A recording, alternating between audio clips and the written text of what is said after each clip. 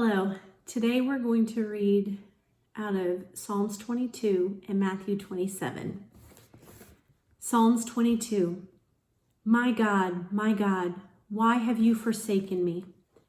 Far from my deliverance are the words of my groaning. O my God, I cry by day, but you do not answer, and by night, but I have no rest, yet you are holy. O you who are enthroned upon the praise of Israel. In you our fathers trusted. They trusted you, and you delivered them. To you they cried out and were delivered.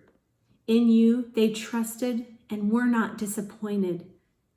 But I am a worm and not a man, a reproach of men and despised by the people.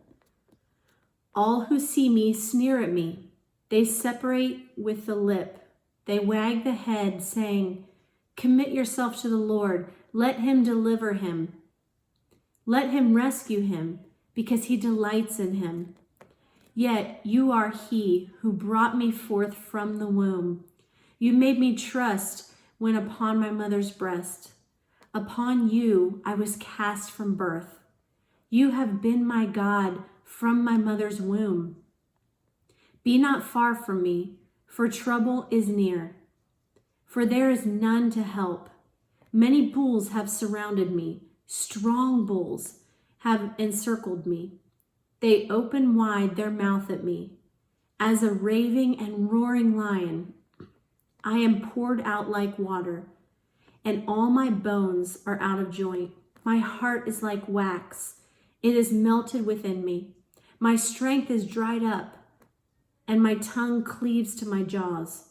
And you lay me in the dust of the death. For dogs have surrounded me. A band of evildoers has encompassed me. They pierce my hands and my feet. I can count all my bones. They look, they stare at me. They divide my garments among them, and for my clothing they cast lots. But you, O Lord, be not far off. You may help. Hasten to my assistance. Deliver my soul from the sword, my only life from the power of the dog. Save me from the lion's mouth, from the horns of the wild oxen. You answer me. Now we're going to read out of Matthew 27.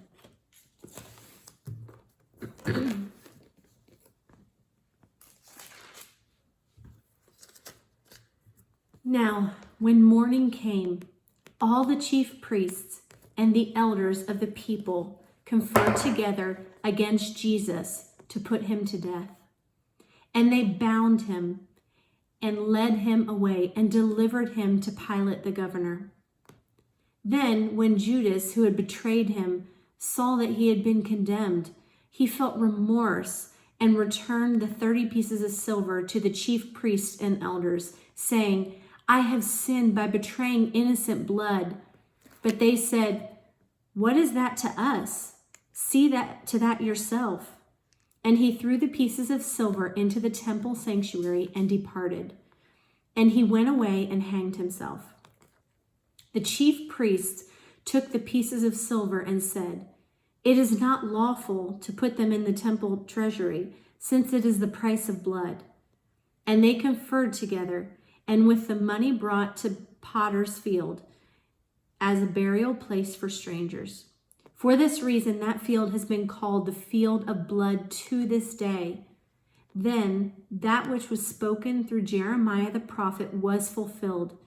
And they took 30 pieces of silver, the price of one whose price had been set by the sons of Israel. And they gave them for the potter's field, as the Lord directed me. Now, Jesus stood before the governor, and the governor questioned him, saying, Are you the king of the Jews? And Jesus said to him, It is as you say. And while he was being accused by the chief priests and elders, he did not answer. Then Pilate said to him, Do you not hear how many things they have testified against you? And he did not answer him, with regard to even a single charge, so the governor was quite amazed. Now, at the feast, the governor was accustomed to releasing for the people any one prisoner whom they wanted. At that time, they were holding a notorious prisoner called Barabbas. So when the people gathered together, Pilate said to them, "Whom do you want me to release for you, Barabbas or Jesus who is called Christ?" For he knew that because of envy, they had handed him over. While he was sitting on the judgment seat, his wife sent him a message, saying, "Have nothing to do with that righteous man, for last night I suffered greatly in a dream because of him." But the chief priests and the elders persuaded the crowds to ask for Barabbas and to put Jesus to death. But the governor said to them, "Which of the two do you want me to release for you?" And they said, "Barabbas." Pilate said to them, "Then what shall I do with Jesus who is called Christ?" They all said, "Crucify him." And he said, "Why? What evil has he done?" But they kept shouting all the more, saying, "Crucify him." When Pilate saw that he was accomplishing nothing, but rather that a riot was starting, he took water and washed his hands in front of the crowd, saying, "I am innocent of this man's blood. See to that yourselves." And all the people said, "His blood shall be on us and our children." Then he released Barabbas for them. But after having Jesus scourged, he handed him over to be crucified.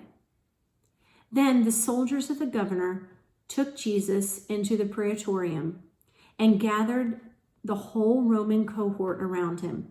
They stripped him and put a scarlet robe on him.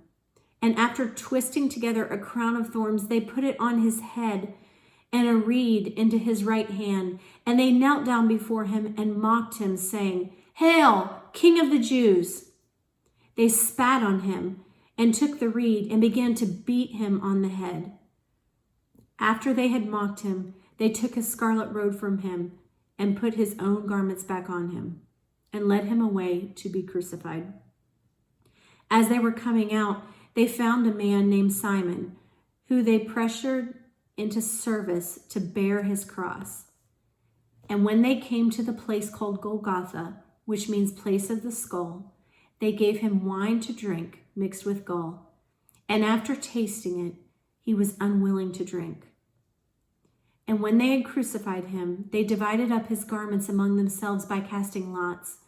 And sitting down, they began to keep watch over him.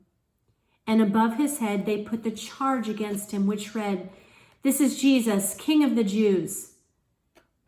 At the time, 2 robbers were crucified with him, on the right and one on the left. And those passing were hurling abuse at him, wagging their heads and saying, "You who are going to destroy the temple and rebuild it in 3 days, save yourself. If you are the Son of God, come down from the cross." In the same way, the chief priests also, along with the scribes and elders, were mocking him, saying, "He saved others. He cannot save himself. He is the King of Israel. Let him now come down from the cross, and we will believe in him. He trusts in God. Let God rescue him now, if he delights in him. For he said, 'I am the Son of God.'" The robbers who had been crucified with him were also insulting him with the same words. Now, from the 6th hour, darkness fell upon the land until the 9th hour. And about the 9th hour, Jesus cried out with a loud voice, saying, "Eli, Eli, lama sabachthani?" That is, my God, why have you forsaken me?" And some of those who were standing there, when they heard it, began saying, "This man is calling for Elijah." Immediately one of them ran, taking a sponge. He filled it with sour wine and put it on the reed and gave him to drink. But the rest of him said, "Let us see whether Elijah will come to save him." And Jesus cried out again with a loud voice and yielded up his spirit. And behold, the veil of the temple was torn in two from top to bottom, and the earth shook, and the rocks were split. The tombs were opened, and many bodies of the saints who had fallen asleep were raised. And coming out of the tombs after his resurrection, they entered the holy city and appeared to many. Now the centurion who was there with him, keeping guard over Jesus, when they saw the earthquake and the things that were happening, became frightened and said, "Truly, this was the Son of God." Many women were there, looking from a distance, who had been following Jesus from Galilee while ministering to him. Among them was Mary Magdalene, and Mary, the mother of James and Joseph, and the mother of the sons of Zebedee. When it was evening, there came a rich man named Joseph, who himself had also become a disciple of Jesus. This man went to Pilate and asked for the body of Jesus. Then Pilate ordered it to be given to him. And Joseph took the body and wrapped it in clean linen cloth and laid it in his own tomb, which had been carved out of the rock. And he rolled a large stone against the entrance of the tomb and went away. And Mary Magdalene was there, and the other Mary sitting opposite the grave. Now the next day, the day after preparation, the chief priests and the Pharisees gathered together with Pilate and said, "Sir, we remember that when he was still alive, that deceiver said, 'After 3 days I am to rise again.' Therefore, give orders for the grave to be made secure until the 3rd day. Otherwise, his disciples may come and steal him away to say to the people, 'He has risen from the dead.' And the last deception will be worse than the first." Pilate said to them, "You have a guard. Go, make it as secure as you know how."